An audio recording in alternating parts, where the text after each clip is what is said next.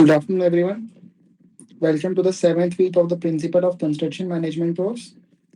Let me share my screen first.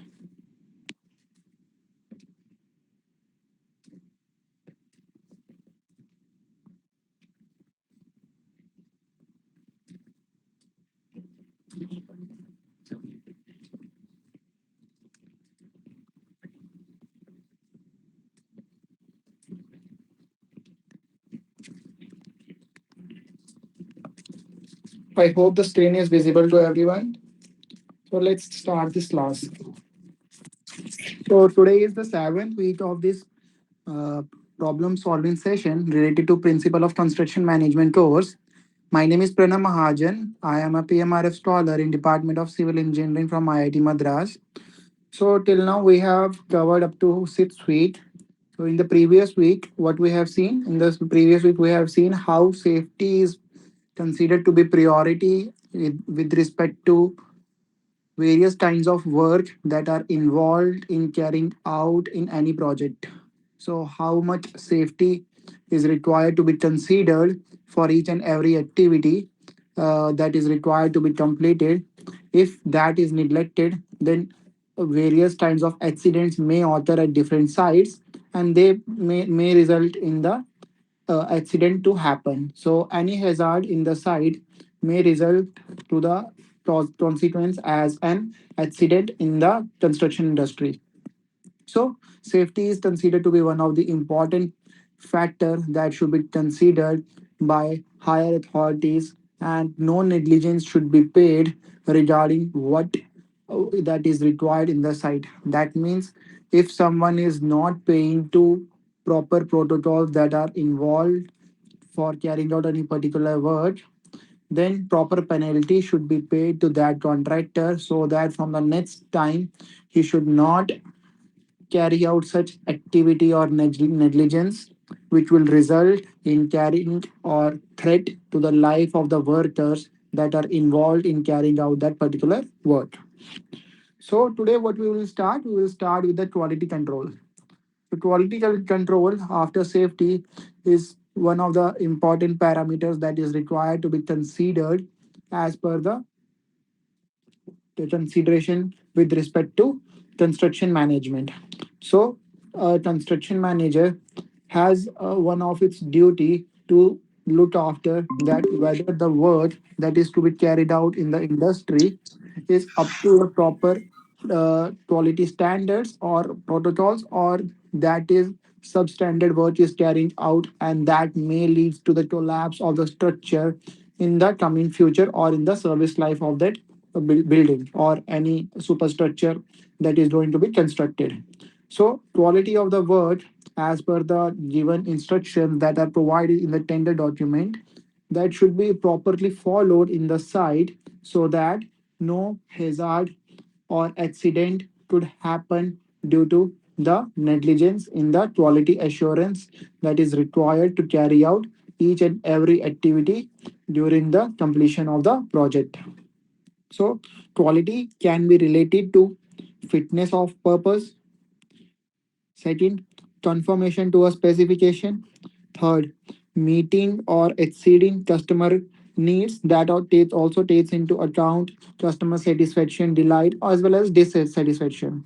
Fourth, for it is also considerable with respect to the value of money and consistency, that is the lack of variability that is involved in various activities that is required to be carried out. So all these factors are related to the quality management, and these factors should be considered for carrying out any activity in any project or construction project that is involved in the site. So total quality management is one such tool that takes into account all the such factors that are discussed above. So, what is total quality management? So, total quality management is a way of planning, organizing, and understanding each activity that depends on each individual at each level. That means the ideas which of continuous learning, which is allied to the concepts such as empowerment, partnerships, which are the face of the total quality management, should also imply that a change in the behavior or culture is required if construction firms are to become a learning organization. That means if total quality management is carried out, so all the factors, that is planning, organizing, and understanding each activity is to be carried out in a thorough manner so that all the work should be completed with full satisfaction of the client which is involved in carrying out that particular work. So that will not become a task for the contractor to complete that work. It will also become a learning tool for the workers who is involved in the site, that how this work is required to be completed and what kind of management should be done at a site so that all the work should assure proper quality as well as their standards and should be completed within the proper allotted time regarding that particular activity. Okay, so quality assurance programs takes into account the following procedures. First, it takes into account the establishing of the procedure for defining, developing, establishing quality standards in design, construction, and sometimes the operation stages of the structure or its components. That means it should take into account all the protocols that are required to be followed in carrying out any particular activity at a site with respect to the quality standards that are required to be maintained to be carrying out that particular work. Second is establishing the procedure to monitor, test, inspect, and perform current and review activities to ensure compliance with the established quality standards and with regard to the construction materials and methods and personnel that are involved. So after doing any particular work, so some monitoring of the work as well as the testing of the some samples of the work that is carrying out should also be done at that particular site so as to confirm with the specifications that are provided by the client that whether you are adhering to that confirm means that specifications or not. So if you are adhering to the specification, that is well and good. If you are not adhering, then that sample should be discharged and then again resampling or in the rework should be done so that quality of that work should be maintained. Third, it is the defining the administrative procedure, requirements, organization relationship, and responsibilities, communication, and information patterns, and other management activities that are required to execute, document, and assure attainment of quality standards.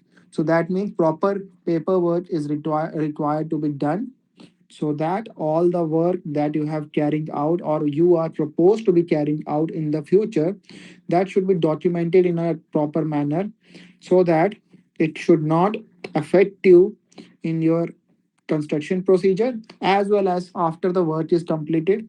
If somebody asks you that how you have carried out that work and what are the tests you have performed that for that particular activity, so such document should be available with you at that time and that assures the quality of the work that you have attained in carrying out that particular project. So the essential elements of total quality management are management commitment and leadership, proper training, teamwork, and statistical methods. So, all of them contribute in carrying out the total quality management at particular site. Now, we have different cycles also that means theoretical behavior that define the cycle for the qualities and how it to be performed. So we have one that means PDSA cycle. So what is PDSA is plan, do, study, and act cycle for quality. So what it says that first you plan what you require to do any activity that is required to be completed. First you plan that activity.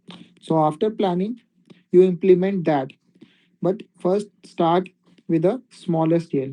So you implement that on a small scale, then study the results, and then verify with the original confirmation that are present in the sites, and then act. That means, what do you act? You will take corrective action, you will standardize and feed forward to the next plan. Okay, so that means by each and every activity, you should improve yourself so that your quality standards will increase day by day, and you are not conformed to one particular level that will affect you in carrying out your particular activity. So that is what PDSA cycle says that P stands for plan, D stands for do, S stands for study, and then A for act. Okay. Another is Duran's triangle, which gives you the information that the quality is fitness of use with respect to planning, improvement, and control. So it says that for each activity, planning, improvement, and control are the three pillars that are required to be followed in such a manner that will increase the quality standards regarding that particular activity that is required to be completed. So quality has conformance with requirements that the company itself has established for for its products based directly on the customer needs. So do it right first time. That means you don't have any option to recorrect that, and do it with zero defects. So this is not a trial and it hit trial and error kind of a thing, that in which you will see after doing some work that whether the work is efficient or not, and then you recorrect it. You have to do each and every activity at the first time with zero defects, so that your quality standard should be maintained and it should conform to the specifications that are provided in the tender documents. Next is Trontoise. So what is Trontoise? So Trontoise is construction quality assessment system. So it is a standard quality assessment systems introduced by Building and Construction Authority, that is BCA of Singapore. So this system objectively measures the constructive work against the workmanship standards as well as the specifications that are involved in the site. So what this system says that, this system emphasizes on doing it right the first time. That means every activity or any work that is required to be completed, that should be done correctively for the first time. So once the project has been evaluated and a store has been assigned, there is no restoring on the contours. That is, rectification, correction made after assessment is taken into consideration. So over the years, contours system has gained acceptability as a benchmarking tool across various countries, including India's. So some companies, that is Indian companies, have got their project evaluated under contours. So that means the project will be rated based upon the quality of the construction that is carried out for carrying out that particular activity or for that particular project, based upon a theme which says that doing it right for the first time. Okay. So next is audit. So what is audit? So audit is a systematic and independent examination which helps us to determine three factors. Well, first, whether the quality activities and the related results comply with the planned arrangements or not. Second is whether these arrangements are implemented effectively and are suitable to achieve your objectives or not. Third, whether the quality policy is understood and implemented properly or not. So all these three, you can say, what you can say, three factors, they are interrelated to each other. That means first, it says that quality activities and results complying with the planned arrangement that says about it the planning of the activity or the work that is required to be completed. Then after planning, so whether these arrangements are implemented properly or not, and it obtain its objective, that is how the execution of the work is carried out. Third, whether the quality policy is understood and implemented properly or not. That means whether it is conforming to the standards set by the authorities or not. So, execution, planning, and the implementation as per the quality standards are the three bases for any activity regarding to audit. So, this is a mandatory requirement laid down in ISO 9000. It helps in determining the system conformity against a quality system standard or procedure. It also helps to determine the system effectiveness to meet the objectives as well as provide the auditee with the information to use in improving the system. So these audits set proper guidelines which helps the coming upcoming contractors or upcoming works that are required to be completed to follow such standards so that quality of the work or quality assurance should be maintained. So audit is done by three types. One is first party audit, then second party audit, and third party audit. So how they differ with each other, now we will discuss. So first party audit is conducted by or on behalf of the organization for internal purpose. Second is the second party audit is carried out by customers of the organization or by other persons on behalf of the customer. So, third party audit is generally conducted by external independent organization, usually accredited and provides certification or registration of conformity with requirements such as ISO 9001. So, you can see here that first party audit is for the internal purpose, second party audit is on behalf of the customer, and third party audit is carried out by external independent organizations. Now, for this quality, some costs should also be involved. So, what are the costs that are involved? So, these are one is quality control cost, and another is failure cost. So, in quality control cost, we have two kinds of cost available under them. One is prevention cost, and another is appraisal cost. Whereas in failure cost, we have two failure cost. One is internal failure cost, and another is external failure cost. So all of these will contribute in the total quality cost for any particular work that is required to be completed. So in mathematical sense, quality cost is equal to quality control cost plus failure cost. So quality control cost is the sum of prevention cost and appraisal cost, whereas the failure cost is the sum of internal failure cost and the external failure cost. Now, for any construction project, we have the quality of materials, components, as well as the system versus the quality of the whole process that is required to carry out for that particular work. So, what sub items that are included for that particular things we will now see. So for materials, quality of cement, quality of steel involved, what kind of concrete is required to be prepared, what kind of electrical equipments that are we are using in carrying out that particular work.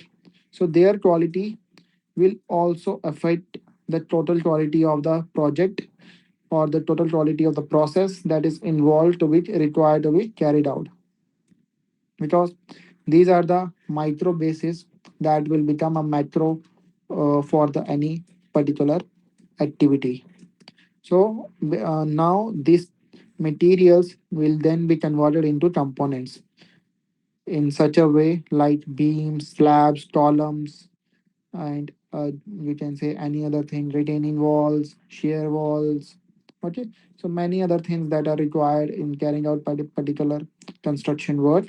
So they all become basis for any building, bridge, factory, road. So cement, steel, concrete are the basis for beams, columns, and slab.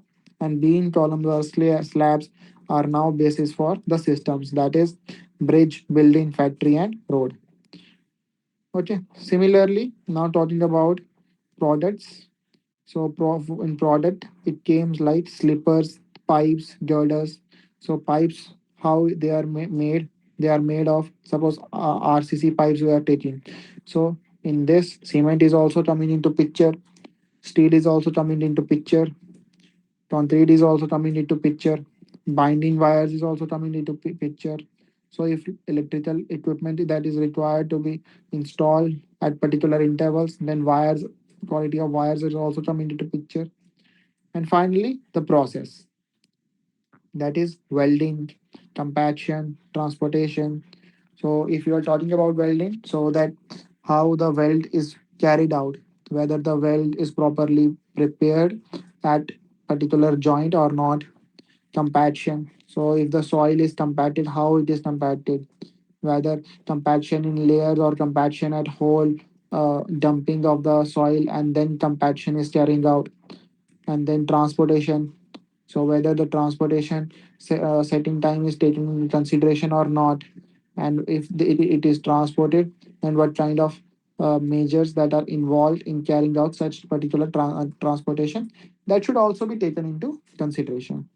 So the thought process for quality control is closely linked to the standardized test methods and specifications that are involved for carrying out any activity.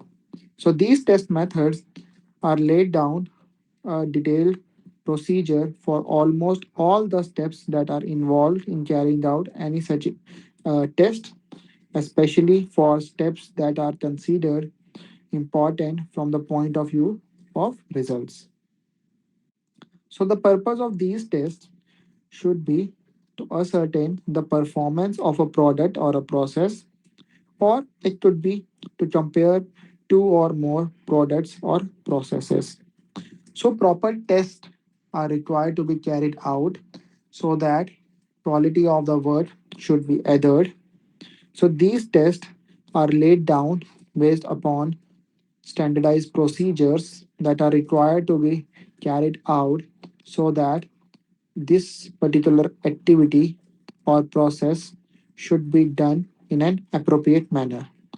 So, after doing any process, some tests are needed to be carried out to ascertain or to assure whether the process that which is carried out is sufficient for the with respect to the safety or the quality standards or not. So, major quality control methods involve standardizations, inspection, sampling, testing, accepting, and then remedial measures. So, this is the order how the quality control methods are taken into account. Okay, so let's start with some examples. Like we will start with how the which factors are taken into consideration with respect to compressive stress test of concrete. So for the compressive test of the concrete, we have to consider first the specimen parameters.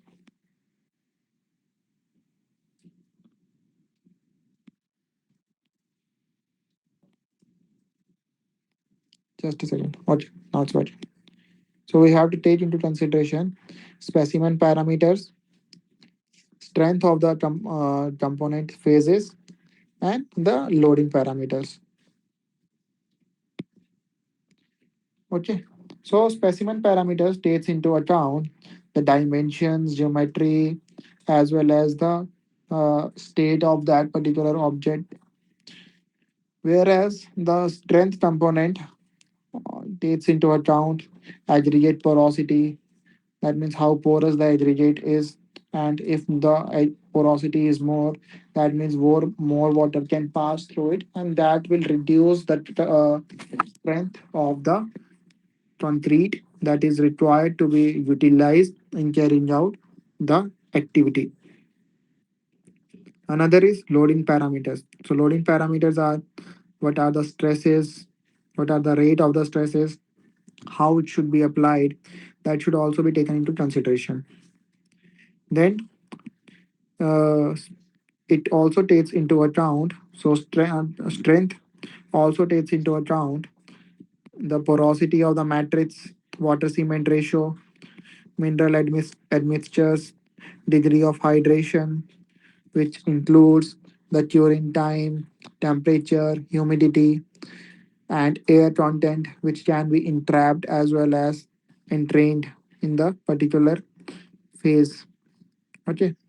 Another is you can see that transition zone porosity, water cement ratio, mineral admixtures, bleeding characteristics, which includes aggregate grading of maximum size or geometry, then degree of consolidation, degree of hydration, chemical interaction between aggregate and cement paste. Okay, so if we talk about steel, so steel are used as reinforcement in civil structures and are generally available in length of around 12 meter. However, this structure with span or height greater than 12 meter that need reinforcement bar to be connected to each other. So that means some slab length is required to be provided. So while connecting to reinforcement bar, it must be ensured that the stress, which should be tensile as well as the shear stress, should be carried by one bar is transferred to the next bar, which is in contact to that another one. Okay, so see one example in which you are having a typical plan of a 14-story building, and it is having an effective height of 40 meter. That means your each column in this building is having an effective height of 40 meter.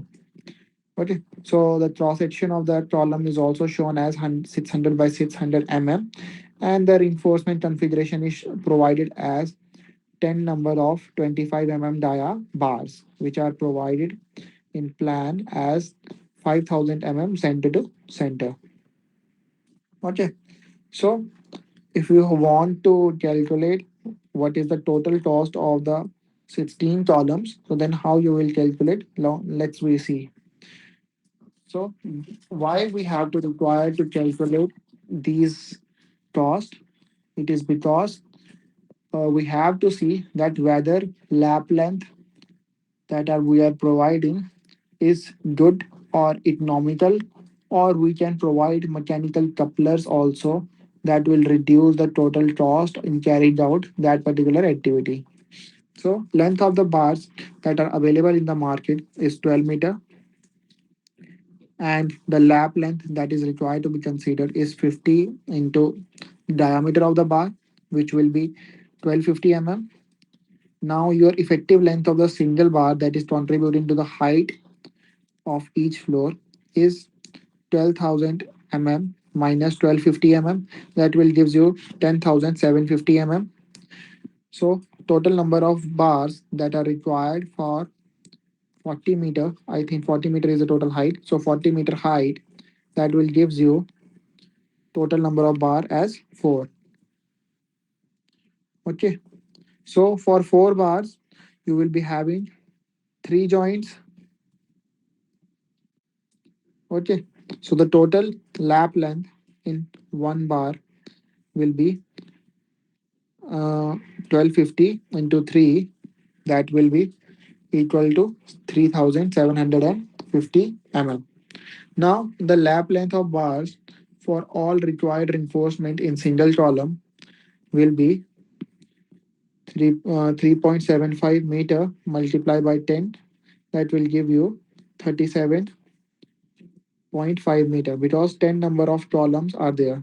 You can see here. Okay. So fine. Now this is a for a single column. So that means a length of the total lap length we have considered to be 10. That's why we have multiplied by 10. That becomes 37.5 meter. Now for 25 bar, weight per meter is considered to be 3.85 kg per meter. So the total weight of the steel that is required for the splicing in one column will become 37.5 meter multiplied by 3.85. That will give you 144.38 kg. Now the rate of the steel we have considered to be 44 per kg. So the amount that is used in splicing, or you can say for column, in splicing per column, that will be 44 into 144.38. That gives you for one column, that is 6,352 rupees. And if you multiply with the total number of columns, that is 16 number of columns, it will give you a total amount of 101.632 rupees. So that will help you to understand that if you are required to put mechanical couplers at that particular location, so whether that mechanical couplers will be efficient and economical for you, or these splicing that you have provided will help you in carrying out that particular work. Okay, so this is how calculation will be done. Now, sometimes the bars are joined by welding. So, gas welding is a solid phase methods that involves the butting the end surface of the materials against each other, and then heating the joint by acetylene flame with pressure applied, and then stopping the heating and pressure at an appropriate time. Okay, so this is how gas welding is required to be done. You can see from the figure also. So these first two bars are then first joined by butting the end surfaces. Then we have heated by using flames. So this is how flame is provided at that particular joint using acetylene, acetylene flame, and then pressure is applied on that particular section, and then bulging is happened in that particular section, and the section is joined. So you can see here that the section become bulged at that particular joint compared to the normal diameter, which is D, and then it changed to D1. So you have some specifications for this also. So for this, the upper bound on welded diameter D1 is between 1.2 to 1.5 times the D. Second is there should be the smoothness of the welded zone. Third is the length of the rebar affected will be L minus 2 to 3 times the diameter of the original bar. Okay, so that much amount of length of the rebar got affected. So the thought process of quality control is closely linked to the standardized test methods and specifications that are involved in carrying out any particular activity. So test methods laid down a detailed procedure for almost all the steps involved in the test, especially for the steps that are considered important from the point of view of results. So the purpose of these tests could be to ascertain the performance of a product or a process, or it could be to compare between two or more products or processes. So, issues related to quality control will be examined using case studies or taking up examples of simple processes from the field. So, effort will be able to carry out exercises that helps in understanding the issues involved and how they are addressed in quality assurance and quality conformance framework. Another thing is welding. So welding is a fabrication technique that involves joining materials together by heating them to a suitable temperatures, by applying heat, with or without the use of pressure or additional filament area. Whereas in you have seen that in case of gas welding, pressure is applied and a bulge is formed which has the diameter to be 1.2 to 1.5 times the original diameter, and the length of affected bar, or you can say rebar, is 2 to 3 times the diameter of the original bar. Okay, so some of the common methods of welding is stitch shielded metal arc welding, then it is gas tungsten arc welding, then gas metal arc welding, then flex cord arc welding, and fifth one is electrostag welding. Okay, so how this procedure of uh, welding is carrying out, we can see that this is your test specimen in which arc is put on the surface. So this arc is connected to the electrode.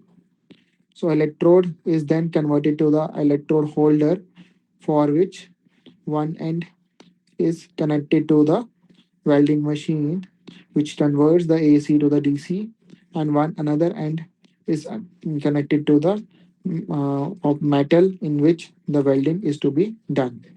So if you want to see how electrode looks inside from the for the cross section, so in this, in the inside door, alloying material, flux, and slat formers are present, and over that sheet cover is provided for the safety purpose.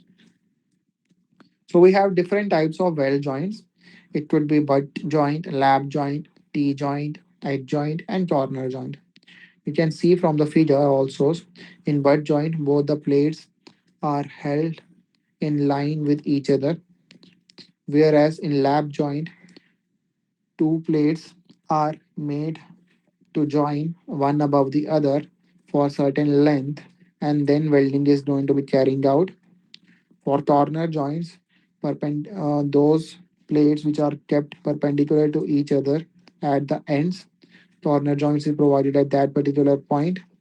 For T joints, it is like you are making one plate to get weld in between in the center of the second plate, and then the edge joint where the two edges of the two different components are joined to each other.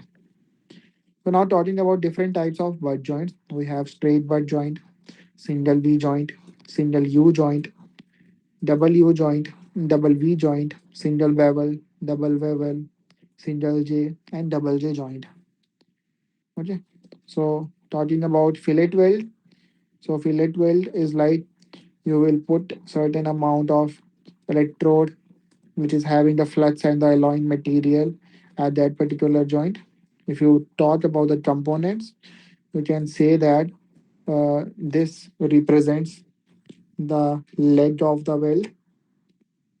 This represents the root of the weld. This is the face of the weld, and then this distance, which is perpendicular to the this line, will give you the throat of the weld, and this is your toe of the weld. So you can see from the figure that how fillet weld is generally provided.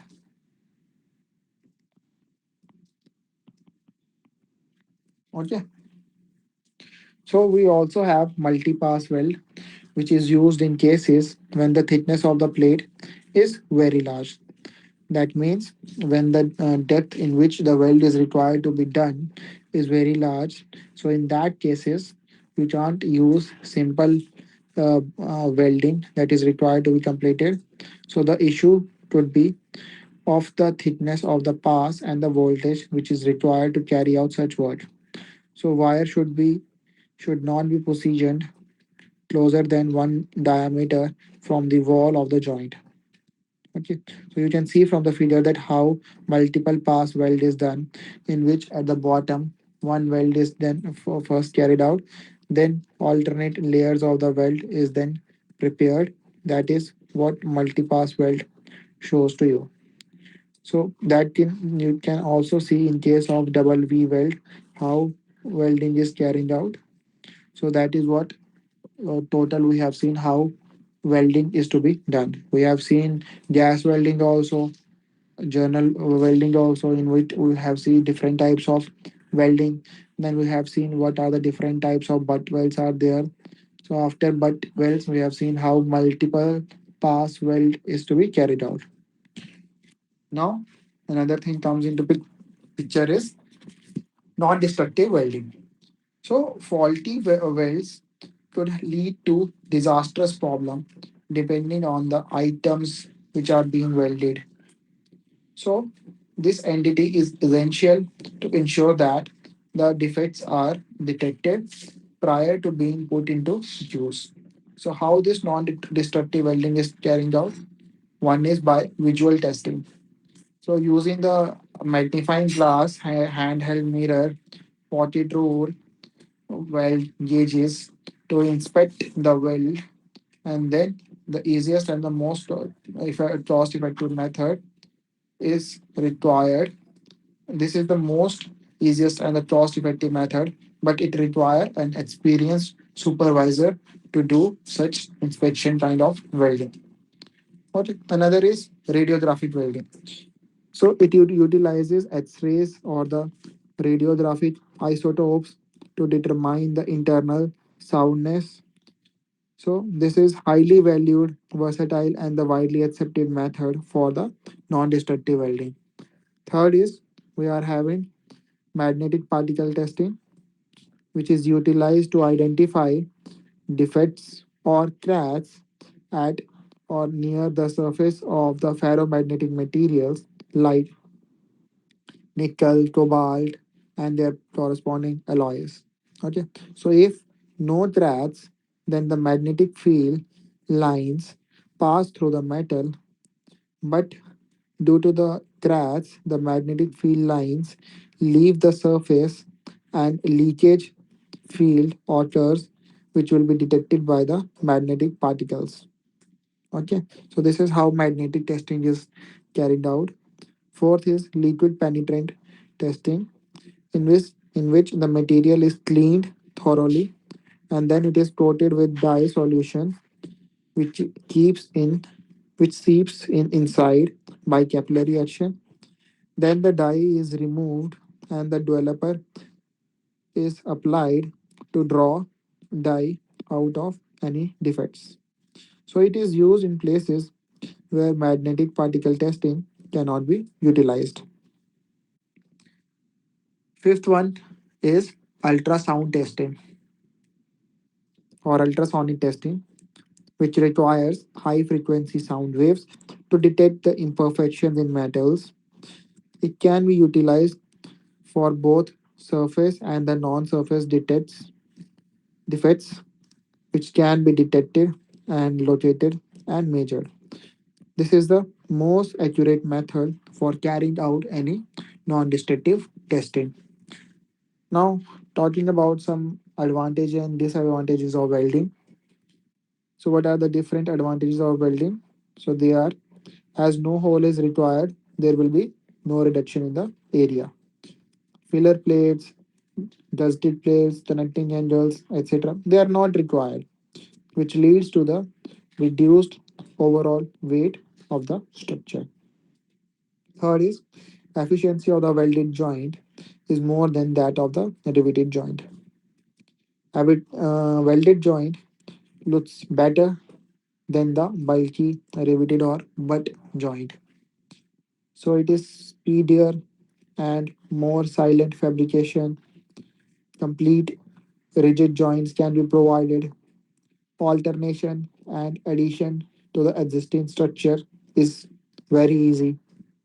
It requires less workspace in comparison to the riveting.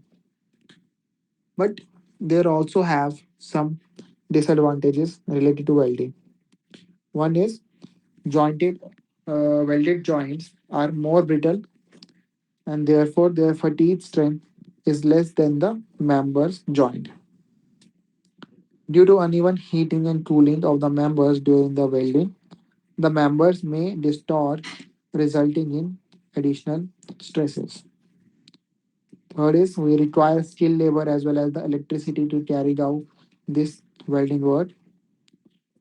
and there is no provision for expansion, contraction, which is kept in the connection of the welded connection.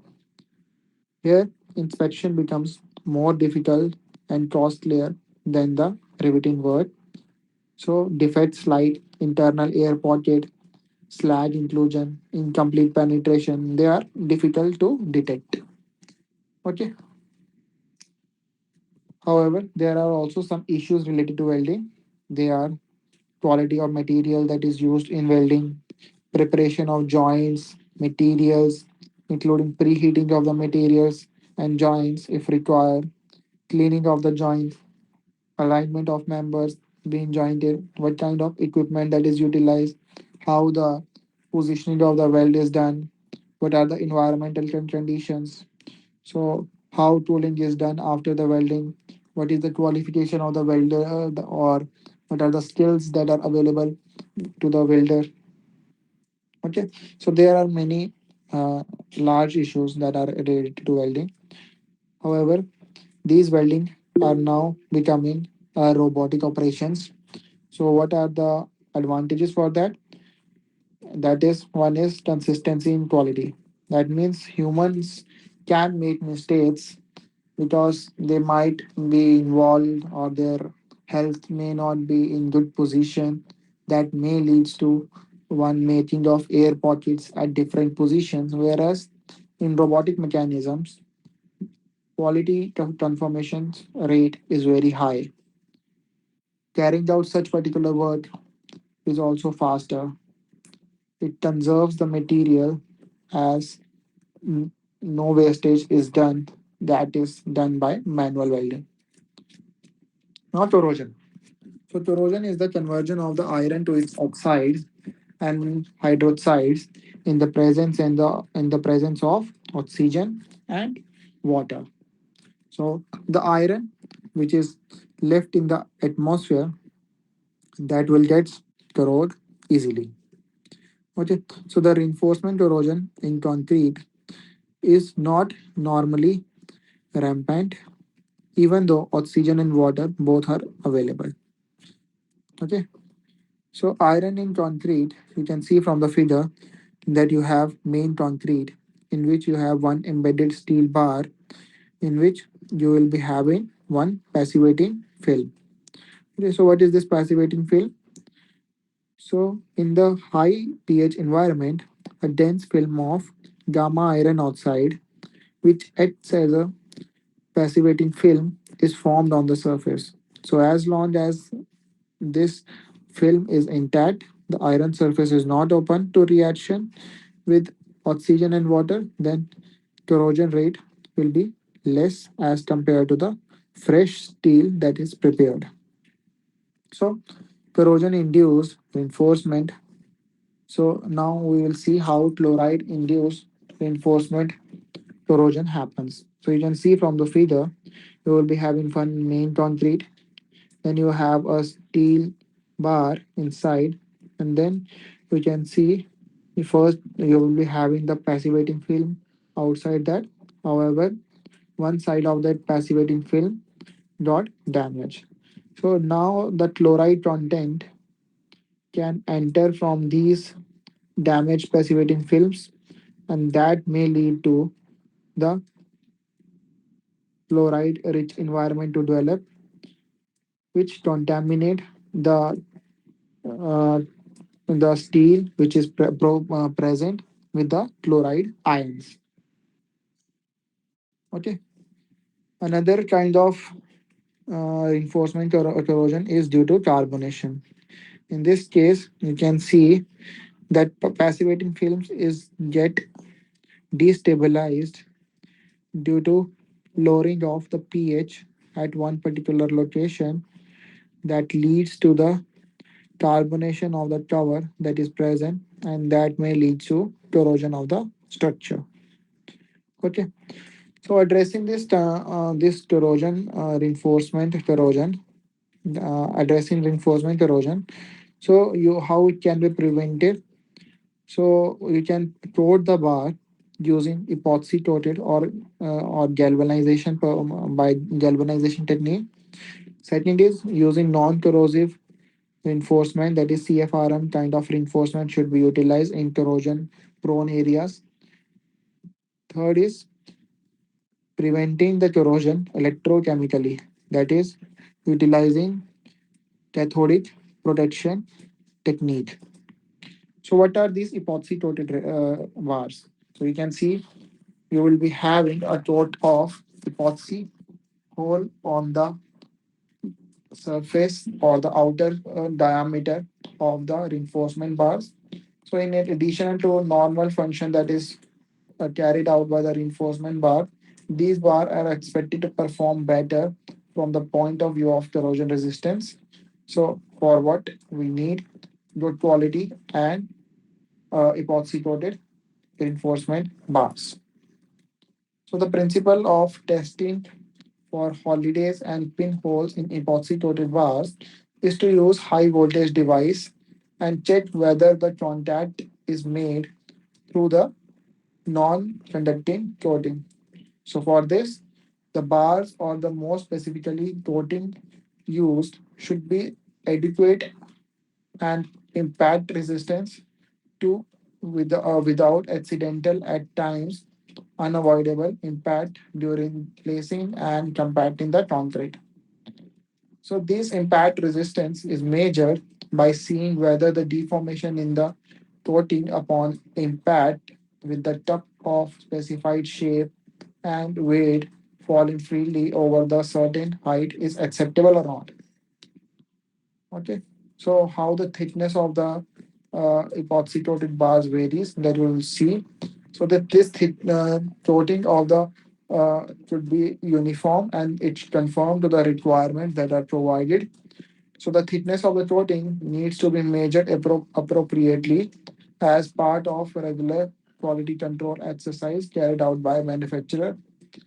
Now, handheld and portable thickness measurement devices can also be used for detecting the spot cracks. So, unless the coating is too thick, the effect on the bond with the surrounding concrete in nominal, especially in case of deformed bars where the bond is provided primarily by the mechanical action of the ribs. So now we will also perform some test on the epoxy coated bars. So first test is that bend test. So cracking observed in the in one set of epoxy coated reinforcement bars is because of inadequate ability to deform on the tensile face. On the other hand, the compression side of the bar will show crimpling. Okay, this is how bend test is done for the epoxy coated bars. Now durability test. So the durability of the epoxy coated bars is done by testing the chemical resistance of the epoxy coated reinforcement bars by immersing them in appropriate chemicals for a fixed time, by determining the changes in of coating and the formation of the holidays and many other things. Okay, so in this whole process, we have to first study the manufacturing process of the epoxy coated reinforcing bars. We have to find out the details of the various tests conducted, that is bending, impact, holidays, durability. Then we have to find out the principles and methods of measurement of the thickness in the reinforcement in an epoxy coated reinforcement bar. Then we have to find out about the specification of different items that are required in that particular activity. Then we have to make a list of the major projects in India and abroad where epoxy coated bars have been utilized and how the cost of these epoxy coated bars can be compared with the normal reinforcement bars. Okay. So now talking about construction quality control. So these construction quality control, all the things are linked to each other. So for the quality control, we have test methods as well as the specifications. These test methods After doing some experiments, will give you some results that will check with the specifications. If they are either in the specifications, proper specifications, then that specimen is considered to be acceptable. Okay. So proper detailed instructions are also required to be considered during carrying out any particular test. So for test for quality control takes into account quality control test to evaluate the property of the material, and then for the process quality control test to evaluate the process of construction. For construction as a whole can be broken down into set of activities. So the fact that the concrete is often placed in situ adds to making the problem of quality control more complex. So different steps involved in the concrete construction are material selection, proportioning, mixing, transportation, placing, compaction, and curing. Okay, so different players that are involved in different processes, and overall quality control cannot be allowed to drop in the no man's land. So let's take an example wherein you are having the construction of a multi-story building and the collapse of some of the floors was shown when the safety was being talked about. So as so we have seen this in safety module also. So as is a practical, it is a usual practice that the shuttering for the higher slabs rest on the previous lower slabs. So in the particular case, the slabs collapsed. The accident was attributed to the fact that the previously cast did not have sufficient strength to carry out the load of the construction of the slab above. So what are its possible causes of failure? It includes the use of cement that has lower initial gain strength, setting a faster time cycle, that is one floor and another, and better due to better equipments and mobilization. Third is importance of construction load is ignored in the formal design process. And fourth is the workmanship issue that also takes into account like lack of curing, which leads to the inadequate strength development in that particular component. So issue related to quality control and assurance in concrete construction cannot be looked in isolation from the stages in construction and specification of the jobs. So specifications need to address the challenges on the account of how the new materials is utilized, what kinds of mechanism is considered for the construction, and what kind of professional environment is changing for carrying out that particular activity. So quality of the concrete construction is largely affected by the quality of the work at each step. Therefore, apart from a narrow view that the requirements at each step are met, the larger global picture should not be lost sight of. So, given the far-sighting or far-reaching implications, quality at each step should be seriously considered and planned for each step. So, decision making is carried out in the framework of the contracting, that is, interrelationship of the client, consultant, and the contractor. So, extra cost may or may not be admissible on that, and this decision has technical, legal, financial implication, besides involving the use of additional resources, time, manpower, machine, and materials. Okay, so quality should not only be maintained but appear to be maintained. So that's why adequate safeguards to guard against conflict of interest, misuse of three 10C interpretation need to be built in the provisions. So we have to take again certain implications in the provisions of the safety that are required to be done at any particular site, so that risk or accidents related to that can be reduced. So here you can see the quality control for the freshly readily mixed concrete, wherein if we have to do the test, we can do slump test, air loss test, temperature test, and setting test. So it has some contribution, no, sorry, contribution related to the location of the structure, which involves the plants as well as the site of placing. So the frequency of the work is also based upon the time and the volume of pouring of concrete.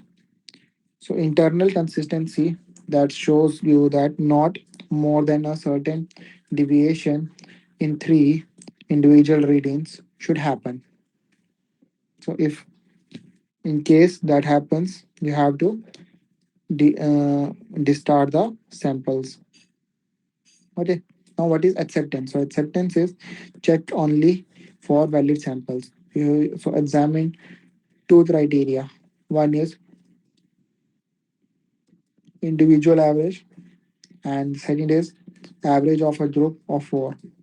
So generally the second one has the higher value compared to the first one. It will tell you how the work is required to be carried out. Now in the case of non-acceptance and entity, load test, etc. may be carried out before dismantling. So testing for compressive strength as a parameter of quality control requires us to address the following. First, the sampling frequency, testing method, and their corresponding acceptance criteria. So what sampling frequency and method takes into account? First is samples by volume of pore, samples by time, location of sampling, that is plant site, aggregator, truck site, discharge pipe site, and many more. So testing methods, it takes into account nature and the type of the specimen that is involved. That includes the tolerances and shape and size. Second is storage of a specimen before it is going to be tested. Third is testing method, equipment that is required to be utilized, what kind of rate of loading is to be performed, so what kind of conditions of the specimen at the time of testing is required, and then we have the acceptance criteria. So these constitutes the basis of which can be stated that the concrete meets the requirements and is hence accepted as a corollary, failing which the concrete is liable to be rejected. So quality control parameters for concrete structure in different specification are needed to be studied. So we also have to study the differences from the point of view of quality control in structure steel and the concrete construction. Then we have to find out about the roles and responsibility of the constructor, contractor, consultant, and the owners from the point of view of quality control. For that, testing sampling requirements from different specimens is going to be done. Then we have to look upon how do different specifications handle non-compliance, and what are the other methods to establish internal consistency and acceptable and acceptance of samples, and details of non-destructive test, load tests that are given in IS 456 in case of non-acceptance on the basis of strength are accepted. Okay, so this is what we have covered in this current week. So let's solve some few or very easy problems related to quality control. and then we will wrap this session. So this is just to give you how the problem is going to become. So in this, the quality cost related to a certain project is 40,000, whereas the internal and the external failure cost are given as 8,000 and 10,000 respectively.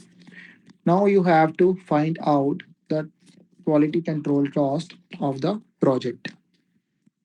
Okay, so let's solve this.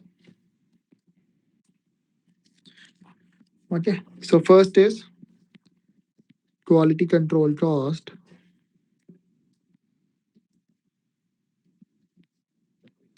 is equal to quality cost minus failure cost.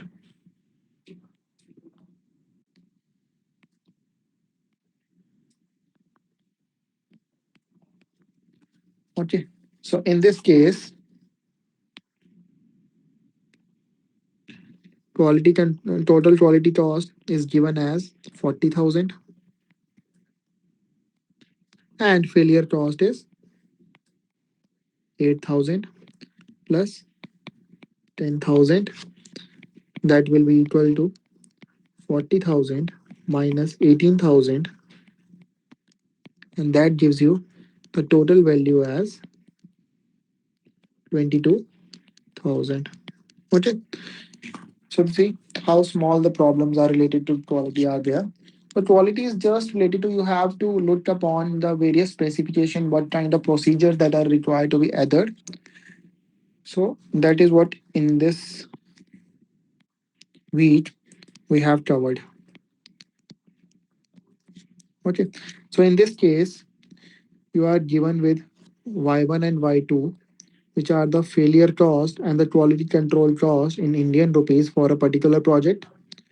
Now, it is known that Y1 and Y2 are related to the quality level X, where X is defined as 0 to 4, given which is given by equation Y1 as this, Y2 as this. Now you have to find the minimum quality cost.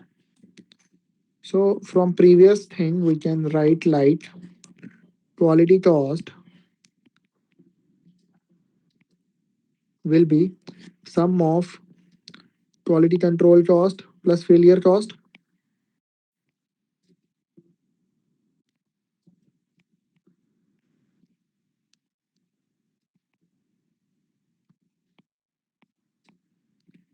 That means if you take minimum quality cost as y, so that means y will be equal to y1 plus y2.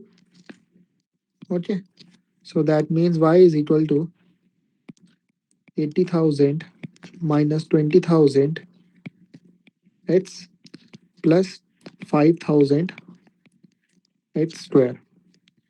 So you have to find the minimum quality cost for the project. So how you will do that?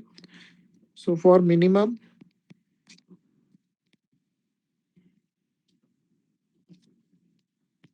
quality cost,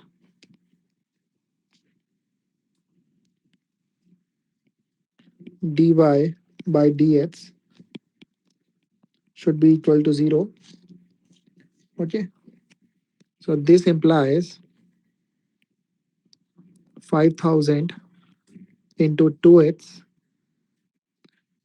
minus 20,000 should be equal to 0. This implies h should be equal to 2.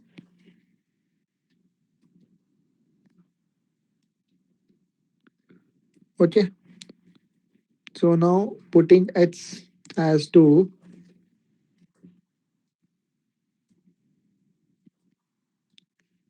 in equation for y, therefore y at 2 will be equal to 80,000 minus 20,000 into 2 plus 5,000 into 2 square. That will give you 80 minus 40,000. That will be 40,000 plus this 5 4 into 20,000. That will give you a value of 60,000. So your minimum quality cost for this project will come out to be 60,000.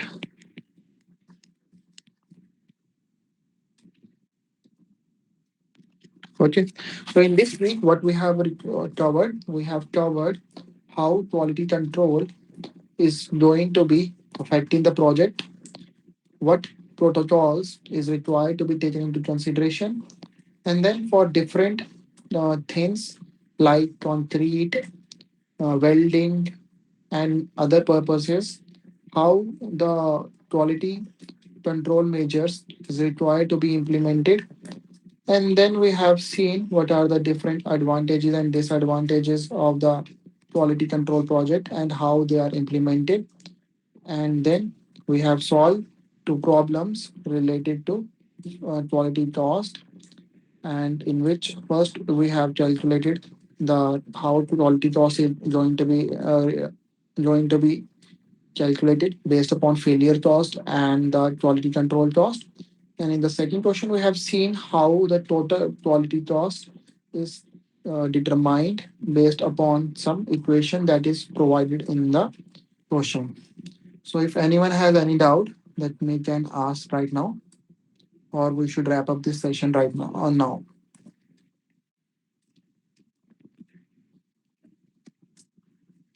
So I think we should wrap up this session. So let's meet for one another time. That is for the week 8. So that will be your final week. And after that, one summary session will also be there on the next Wednesday, not this coming Wednesday, next Wednesday. One summary session will also be there, wherein we will try to revise what we have covered in all these 8 weeks after the eighth week. That means on the Wednesday, we will see what we have covered in all the 8 weeks, and then we will wrap up your course for the principle of construction management. Hope you are liking this session and you will find these problem solving session to be useful for you, and that will help you to understand the concepts better related to principle of construction management. So by this, I will wrap up this session. Hope you will enjoy this session and enjoy your weekend. Have a nice day. Thank you, everyone.